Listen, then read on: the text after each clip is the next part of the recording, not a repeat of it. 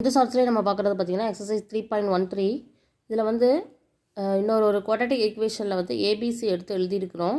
Del கண்டுபிடிக்கிறோம் B² - 4AC ஃபார்முலாவில் கண்டுபிடிக்கும் போது நம்மளுக்கு டெல் வந்து இங்கே மைனஸில் கிடச்சிருக்குது, நெகட்டிவில் கிடச்சிருக்குது. அதாவது டெல் <0 வேல்யூவாக இருக்குது. ஸோ அந்த மாதிரி இருந்துச்சு அப்படின்னா நேச்சர் ஆஃப் ரூட் என்ன எழுதணும்னு பார்த்தீங்கன்னா இந்த ரூட்ஸ் ஆர் நாட் ரியல்னு எழுதணும். ஸோ நெகட்டிவாக இருக்குது அப்படின்னா ரூட்ஸ் நாட் ரியல். இதே அடுத்த சம்மில் பார்த்தீங்கன்னா ஈக்குவேஷன்லேருந்து ஏபிசி கால்குலேட் பண்ணிவிட்டு டெல் = B² - 4AC சப்ஸ்டியூட் பண்ணும்போது நம்மளுக்கு என்ன கிடைக்கிது, டெல் = 0னே கிடச்சிருது டேரெக்டாக. அதாவது > 0 இல்லை, <0 இல்லை, டெல் = 0னே கிடைக்குது.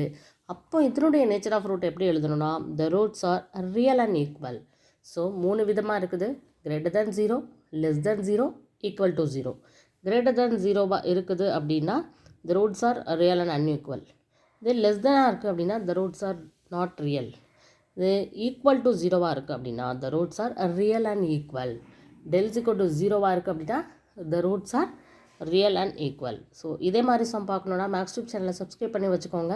10th ஸ்டாண்டர்ட் சமச்சீர் மேக்ஸ் சப்ஜெக்டில் இருக்கக்கூடிய ஒவ்வொரு எக்ஸசைஸ் ப்ராப்ளத்தையும் நம்ம தமிழ்லையும் பார்க்குறோம், இங்கிலீஷ்லேயும் பார்க்கலாம். தேங்க்யூ.